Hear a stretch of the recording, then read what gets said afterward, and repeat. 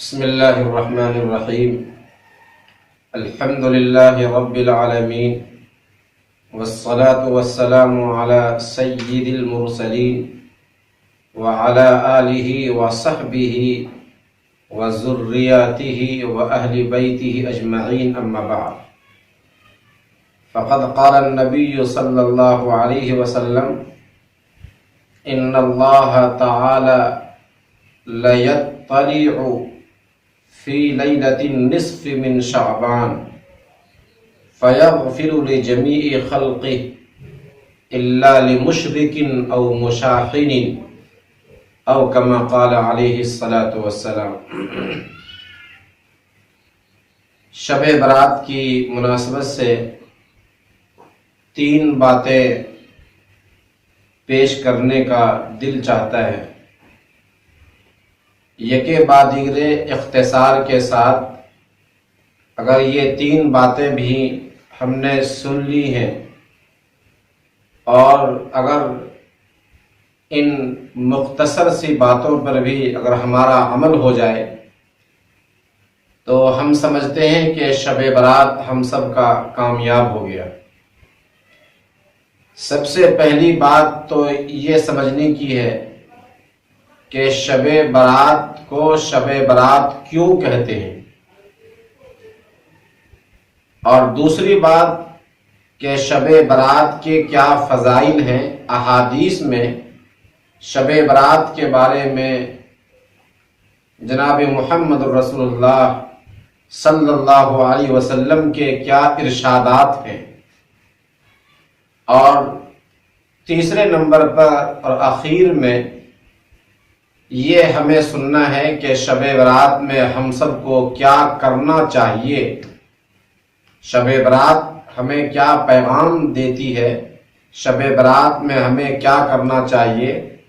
اور آج لوگ کیا کر رہے ہیں۔ یہ دو تین باتیں ہم سب کو ضرور اس موقع پر معلوم کرنی چاہیے۔ سب سے پہلی بات یہ ہے کہ شب برات کو شب برات کیوں کہتے ہیں۔ اس سلسلے میں یاد رکھیے کہ شب یہ فارسی لفظ ہے، اس کے معنی آتے ہیں رات کے، اور برات یہ عربی لفظ ہے۔ برات کے معنی آتے ہیں چھٹکارا دینا، کسی کو آزاد کرنا، کسی کو کہیں سے بری کرنا، نجات دینا۔ تو اس اعتبار سے شب برات کا مطلب ہے ایسی رات جس میں لوگوں کو نجات دی جاتی ہے، یعنی چھٹکارا دینے والی رات، آزاد کرنے والی رات۔ شب برات کو شب برات اس لیے کہتے ہیں کہ اس رات میں لاکھوں کروڑوں کی تعداد میں انگنت ایسے لوگ جو جہنم کے مستحق ہو چکے ہیں، اپنی گناہ کی بنیاد پہ، عصیان کی بنیاد پہ، اللہ تعالی محض اپنی رحمت کے سبب ایسے لاکھوں کروڑوں انسانوں کو جہنم سے نجات عطا کرتا ہے۔ گویا کہ یہ رات جہنم سے چھٹکارے کی رات ہے، یہ رات جہنم سے خلاصی کی رات ہے، یہ رات جہنم سے نجات کی رات ہے، اللہ کے غضب سے نجات کی رات ہے۔ اللہ تعالی کے غضب اور جہنم سے انسان کو چھٹکارا ملنے کی رات ہے، برات کی رات ہے۔ اس رات میں لوگوں کو پروانہ دیا جاتا ہے۔ کیسا پروانہ کہ وہ گویا جہنم سے نکل کر کے، ان کا نام جہنمیوں سے نکال کر کے جنتیوں کے لسٹ میں ان کا نام شامل کر دیا گیا ہے۔ اس لیے اس رات کو شب برات کہتے ہیں، یعنی برات کی رات، چھٹکارے کی رات۔ اللہ تعالی ہم سب کو ان لوگوں میں شامل فرمائے۔ یہ تو انسان کے مقدر کی بات ہے کہ انسان کون اپنی دعا کے ذریعے، تضرع انکساری کے ذریعے، عز و نیاز کے ذریعے رو دھو کر کے اپنا نام جہنمیوں کے لسٹ سے نکال کر کے جنتیوں کے لسٹ میں شامل کرا لیتا ہے، یہ انسان کے اپنے مقدر کی بات ہے۔ دوسرے نمبر پر یہ بات یاد رکھیے کہ اللہ تعالی نے اس امت پر رحم فرمایا ہے۔ عمر اللہ نے اس امت کو کم دی ہے، لیکن چند ایسی مخصوص راتیں اللہ نے دی ہیں جن راتوں پہ انسان عمل کرے تو عمل کر کے سینکڑوں سال پچھلے زمانے میں جن امتیوں کو اللہ نے عمر دی ہے، یہ چند راتیں عمل کر کے ان سے بھی زیادہ ثواب کما سکتا ہے۔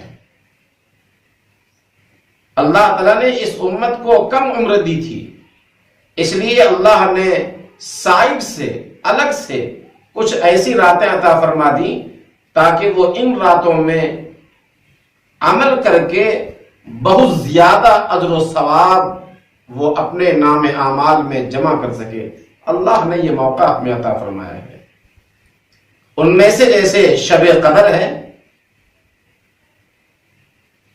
عیدین کی 2 راتیں ہیں، یوم عرفہ 9 ذی الحجہ کی رات ہے، انہی راتوں میں سے ایک بہت اہم رات شب برات کی رات بھی ہے، یعنی 15ویں شعبان کی رات، 14 شعبان گزرنے کے بعد جو رات آتی ہے جس کو 15ویں شعبان کی رات کہا جاتا ہے، اس کو شب برات کہتے ہیں۔ شب برات کے بارے میں تقریباً 15 صحابہ کرام سے روایتیں منقول ہیں۔ یہ تو اپنی جگہ پر بالکل صحیح ہے، اس بات کا اعتراف علماء نے کیا ہے کہ شب برات سے متعلق جو روایتیں منقول ہیں، الگ الگ کر کے اگر دیکھا جائے تو یہ روایتیں، اکثر روایتیں بلکہ تمام روایتیں منفرداً متکلم فی ہے، لیکن اگر جمع کی جائے اور ان کے طرق کو دیکھا جائے جو مختلف سندوں سے، مختلف صحابہ کرام سے یہ روایتیں چونکہ منقول ہیں، تو مجموعہ روایات کو سامنے رکھ کر کے حضرات محدثین نے لکھا ہے کہ یہ روایتیں قابل عمل ہیں، چونکہ فضائل کے باب میں اگر روایت ضعیف بھی ہو، کمزور بھی ہو، تو وہ بھی قابل عمل ہوا کرتی ہیں، جیسا کہ اصولیین کی رائے ہے اور اصول احادیث میں یہ تمام باتیں لکھی ہوئی ہیں۔ بلکہ بعض محققین کی رائے تو یہ ہے کہ شب برات سے متعلق جو روایتیں ہیں ان میں سے بعض روایتیں حسن کے درجے تک پہنچی ہوئی ہیں۔ بہرحال شب برات سے متعلق جو روایتیں ہیں وہ روایتیں ہم سب کے لیے قابل عمل ہیں۔ اللہ تعالیٰ ان باتوں پر اور ان روایتوں میں آقا علیہ السلام نے جو بھی امت کو ہدایت دی ہے، اللہ ہم سب کو عمل کی توفیق عطا فرمائے۔ تو سوچنے کی بات یہ ہے کہ شب برات میں کیا فضائل ہیں، شب برات میں کیا ہوتا ہے، شب برات کی کیا فضیلت منقول ہے۔ اس سلسلے میں جو روایات ہیں ان کا اگر نچوڑ اگر نکالا جائے، خلاصہ اگر نکالا جائے، تو آپ ایک لفظ میں یہ کہہ سکتے ہیں کہ شب برات یعنی یہ 15ویں شعبان کی جو رات ہے یہ بجٹنگ کی رات ہے۔ جیسے ہر حکومت میں، ہر ملک میں، ہر جگہ کوئی خاص مہینہ ہوتا ہے، کوئی ہفتہ ہوتا ہے جس میں بجٹ پر بحث کی جاتی ہے، اور ہر اسٹیٹ اور ہر ریاست کے لیے الگ الگ بجٹ پاس کی جاتی ہے، اور پھر اس کے بعد پورے سال اس کا نفاذ ہوتا ہے۔ ویسے ہی اللہ کی طرف سے 15ویں شعبان کی رات یہ گویا بجٹنگ کی رات ہے۔ اس رات میں اہم امور کے فیصلے ہوتے ہیں، خوشیوں اور غموں کے فیصلے ہوتے ہیں، کن کو کتنی خوشی دینی ہے، کس کو کتنا غم دینا ہے، کس کو کتنی بیماری دینی ہے، کس کو شفا ملے گی، کون حادثے کا شکار ہوگا، کس کو کیا ملنے والا ہے۔ یعنی گویا 15ویں شعبان کی رات سے اگلے شب برات تک پورے سال میں جو اس سرزمین پر نافذ ہوتا ہے، اللہ تعالی مجموعی اعتبار سے ان چیزوں کا فیصلہ اس رات میں فرماتا ہے۔ جیسا کہ روایت میں موجود ہے، حضرت عائشہ رضی اللہ عنہا فرماتی ہیں کہ امام الانبیاء سرکار دو عالم صلی اللہ علیہ وسلم نے ایک موقع پر ارشاد فرمایا، هل تدرین ما فی هذه اللیلہ، عائشہ کیا تم جانتی ہو کہ یہ کون سی رات ہے؟ ام المومنین حضرت عائشہ صدیقہ رضی اللہ عنہا نے حضور سے کہا، یا رسول اللہ ہم تو نہیں جانتے ہیں، آپ فرمائیں یہ کون سی رات ہے؟ تو آپ نے خاص طور پر اس میں 3 چیزوں کا آپ نے تذکرہ فرمایا۔ ایک تو آپ نے فرمایا ایکتب کل مولود من بنی آدم فی هذه السنہ، یعنی اس رات میں ایک سال میں پورے شعبان کی 15ویں رات، آج کی رات سے اگلی رات تک جتنے بچے کی پیدائش ہونے والی ہے، جتنے بچے دنیا میں آنے والے ہیں، اللہ تبارک و تعالی ان تمام کا نام لکھ دیتا ہے، ان تمام کے بارے میں اللہ فیصلہ کر دیتا ہے کہ فلاں فلاں صاحب اولاد ہوں گے،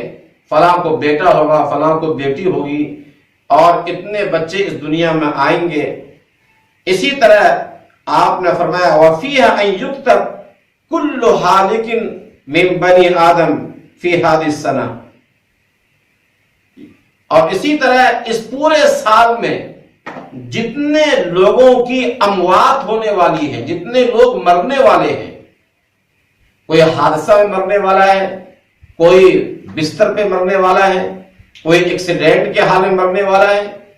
کیسی پریشانیوں میں اس کی موت آئے گی، اللہ تعالی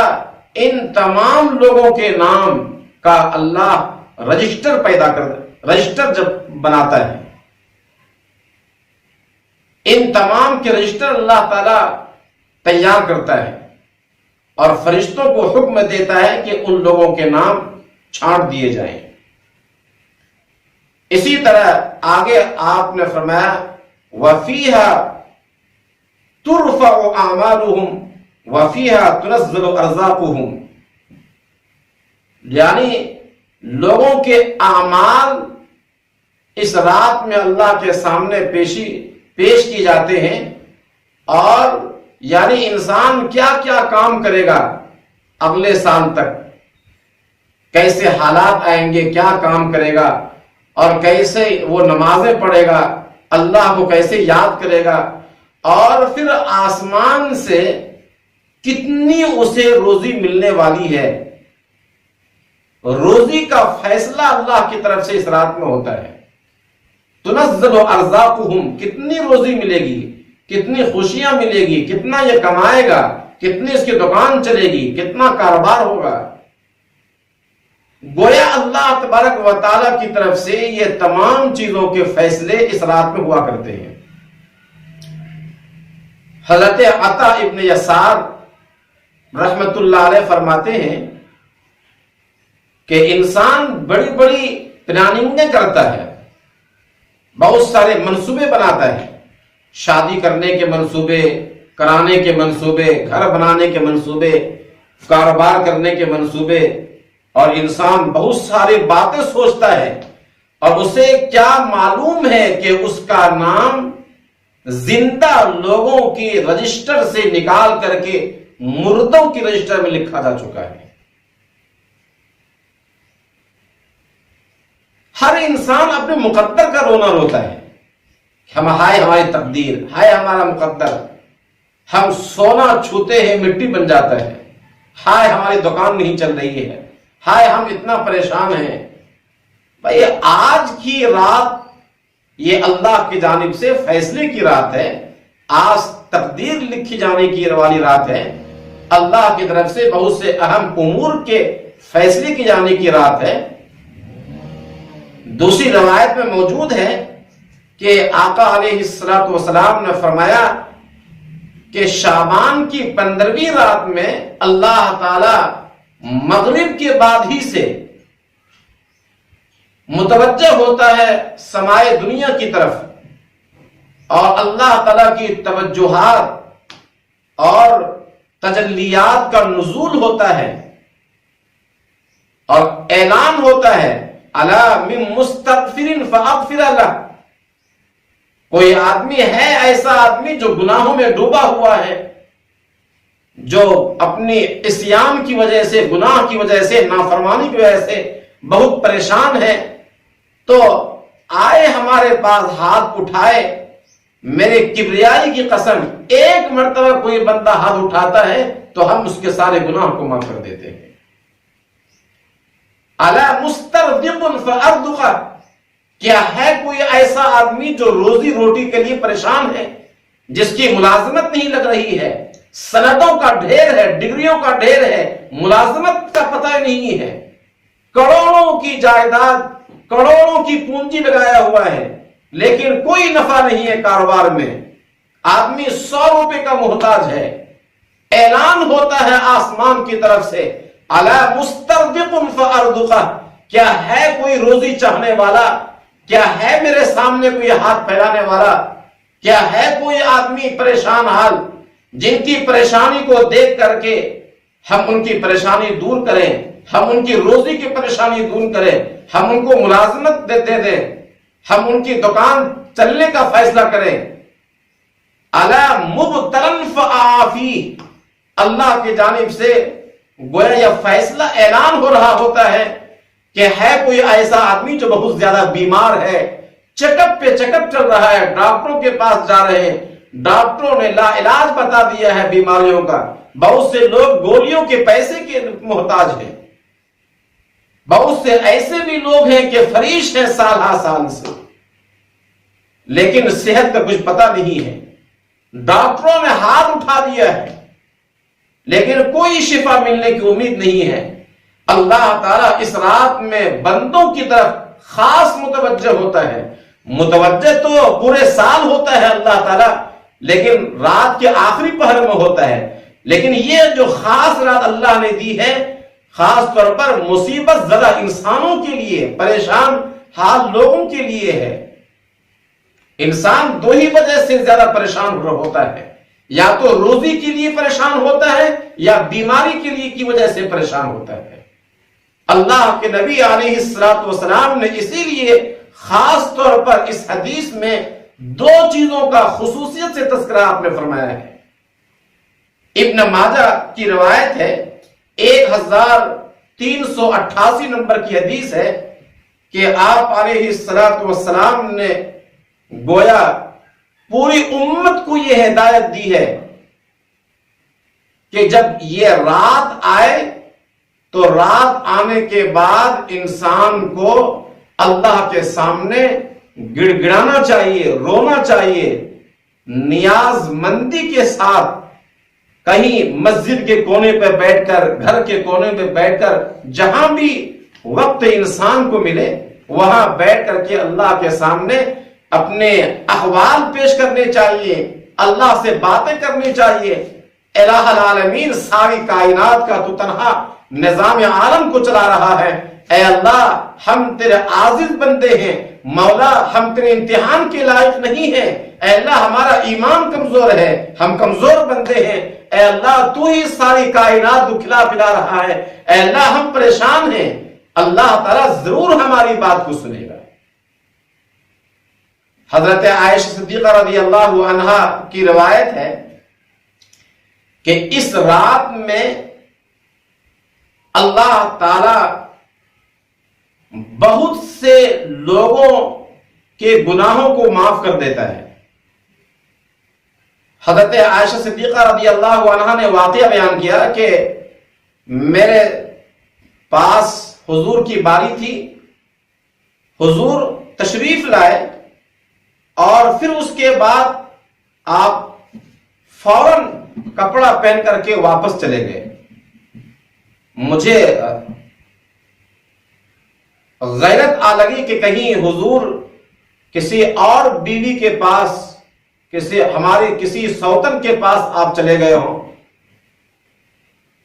میں اسی خیال میں ڈھونڈتی ہوئی جب میں پہنچی تو دیکھا امام الانبیاء سرکار دو عالم صلی اللہ علیہ وسلم جنت البقیع میں جو لوگ دنیا سے جا چکے ہیں، یعنی جو مدفون ہیں، ان کی مغفرت کی آپ دعا مانگ رہے ہیں۔ میں نے سمجھا کہ یہ میرے دل میں کیا خیال آیا تھا اور آپ کہاں کیا کر رہے ہیں۔ میں شرم کے مارے فوراً واپس آئی، میرا سانس پھول رہا تھا۔ اتنے میں حضور بھی تشریف لے آئے تو آپ نے پوچھا، یا عائشہ کیا بات ہے، کیا اللہ اور اس کے رسول تم پر ظلم کریں گے؟ حضرت عائشہ رضی اللہ عنہا نے فرمایا، یا رسول اللہ مجھے اصل میں رشک آ گیا تھا، آپ جیسے عظیم مقدس ہستی کے مالک، آپ کے جو بھی ساعتیں ہمارے پاس گزرتی ہمارے لیے سعادت کی بات ہے یا رسول اللہ، اسی لیے میں نے سوچا کہ شاید کہیں آپ چلے گئے۔ آپ نے فرمایا، اے عائشہ کیا تم اس رات میں مجھے عبادت کی اجازت دو گے؟ تمہیں معلوم ہے کہ یہ کیسی رات ہے؟ یہ ایسی رات ہے جس میں بنو کلب، جو یہ ایسا قبیلہ تھا جو بہت ساری بکریاں پالتا تھا، تو آپ نے ان کی مثال دے کے فرمایا کہ بنو کلب کہ یہاں جو ہزاروں کی تعداد میں جو بکریاں ہیں اور ان تمام بکریوں کے پشت پر جو بال ہیں، ان کے بالوں کی تعداد کے برابر اللہ تعالی جہنمیوں کو جہنم سے نجات عطا فرماتا ہے۔ اس رات میں بہت سے لوگوں کی مغفرت کے فیصلے ہوتے ہیں، لہذا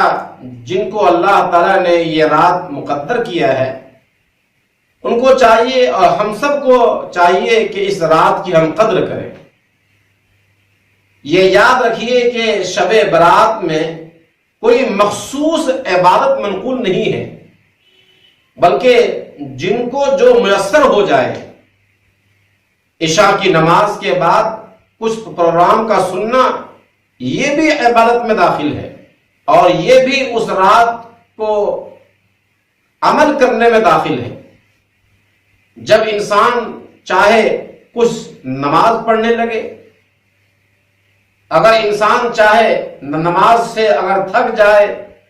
یا انسان کو تہاڑ کا شکار ہو جائے تو قرآن کی تلاوت کرنے لگے، اللہ سے راز و نیاز کی باتیں کرے، دعاؤں میں کچھ ٹائم گزارے، ذکر و اذکار میں کچھ ٹائم گزارے، یعنی کوئی مخصوص عمل اس رات میں منقول نہیں ہے، بلکہ تہجد میں، صلاۃ التسبیح کی نماز پڑھنے میں، ذکر و اذکار میں، کچھ خیر کی باتوں کے سننے میں، جیسا بھی جس طرح بھی ہو بس کوشش یہ کی جائے کہ یہ رات اللہ کو راضی کرنے میں کسی طرح گزر جائے. لیکن جب بھی انسان کو نیند آنے لگے، میری اپنی رائے یہ ہے کہ فوراً آدمی سو جائے. اس سے چاروں طرف گھومنے کے بجائے، چاروں طرف ادھر ادھر آوارہ گری کرنے کے بجائے، ہوٹلوں میں بیٹھنے کے بجائے، گپاسٹنگ کرنے کے بجائے، رات بھر ادھر ادھر گاڑیاں چلانے کے بجائے، ان سب سے بہتر یہ ہے کہ آدمی کچھ دیر عبادت کرنے کے بعد اگر نیند آنے لگے تو وہ سو جائے اس نیت سے کہ فجر کی نماز پھر ہم جماعت سے اٹھ کر کے ہم پڑھیں گے. بہت سارے لوگوں کو دھوکہ ہوتا ہے اور لوگ سوچتے ہیں کہ رات کے شروع حصے میں سو جائیں گے اور آخری حصے میں جاگیں گے، اور اس ارادے سے انسان سوتا ہے تو پوری رات سو جاتا ہے، یہاں تک کہ فجر کی نماز بھی انسان کی چھوٹ جاتی ہے. یہ ہمارے لیے بڑی محرومی کی بات ہے. فَقُومُوا لَيْلَهَا وَصُومُوا يَوْمَهَا، یعنی کیا کرنا چاہیے؟ رات میں عبادت کی جائے جو بھی ہمیں اللہ توفیق دے انفرادی طور پر، اور جو اس کے بعد جو دن آنے والا ہے اس دن ایک روزہ رکھنا مستحب ہے. قبرستان پہ جانے کا ہمارے بہت سے لوگوں کا مزاج بنا ہوا ہے. ہمیں یاد رکھنا چاہیے کہ قبرستان جانا کوئی لازمی نہیں ہے. اپنے گھروں میں بھی بیٹھ کر کے ہم اپنے مردوں کے لیے دعائیں کر سکتے ہیں. کہیں بھی آپ بیٹھ کر کے، مسجدوں میں بیٹھ کر، گھروں میں رہ کر کے، کہیں سے بھی آپ دعائیں کریں، اللہ کی بارگاہ میں یہ دعا پہنچ جاتی ہے. یہ سوچنا کہ قبرستان جانا لازمی ہے، یہ سوچ غلط ہے. قبرستان جانے والوں کو نہ تو روک سکتے ہیں اور نہ جانے والوں کو آپ بھیج سکتے ہیں. حضور سے زندگی میں ایک بار جانا ثابت ہے، اجازت مل رہی ہے اس کی، لیکن اس کا التزام نہ کیا جائے. اللہ تعالی ہم سب کو اس رات میں عمل کی توفیق عطا فرمائے. البتہ خاص طور پر ایسے لوگ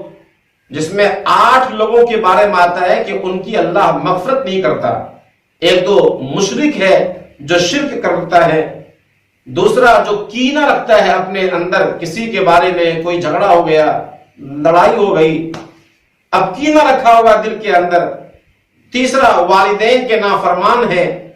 چوتھے جو زنا کر رہا ہے، زنا زانی ہے، اس نے توبہ نہیں کی ہے، اور پانچواں شرابی ہے جو شراب پیتا ہے، کاہن ہے جو آئندہ کی باتیں وہ بتاتا ہے، اور اسی طرح قطع رحمی کرنے والا، رشتہ داریوں کو توڑنے والا، اور اپنے پاجامہ یا تہبند وغیرہ ٹکنے سے نیچے پہننے والا، جو صحیح حدیث سے بخاری کی روایت ہے کہ آپ نے اسے منع فرمایا. اس طرح کی جو روایتوں کو جمع کر کے علماء کرام نے ایک جگہ پہ لکھا ہے کہ ایسے 8 لوگ محروم ہوتے ہیں ایسی رات میں بھی. بہرحال ہمیں ان چیزوں سے بھی پرہیز کرنا چاہیے. اللہ تعالی ہم سب کو عمل کی توفیق عطا فرمائے. وآخر دعوانا ان الحمد للہ رب العالمین.